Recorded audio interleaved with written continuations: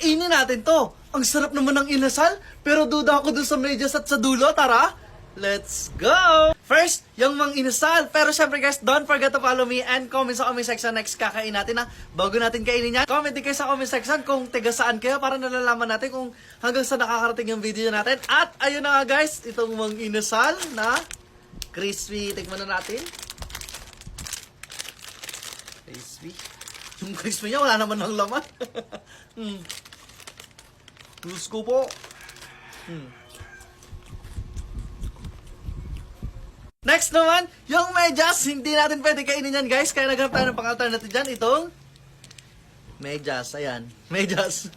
Siyempre hindi naman natin pwede kainin yun. At alam mo na, pag gamit na medyas. Tingnan na natin. Ang sarap niya.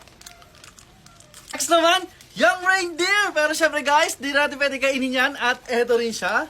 Tapos na yung Christmas, pero may reindeer pa rin tayo. Tikman natin. Masarap din to guys. Like, follow, comment, and share. Bye-bye!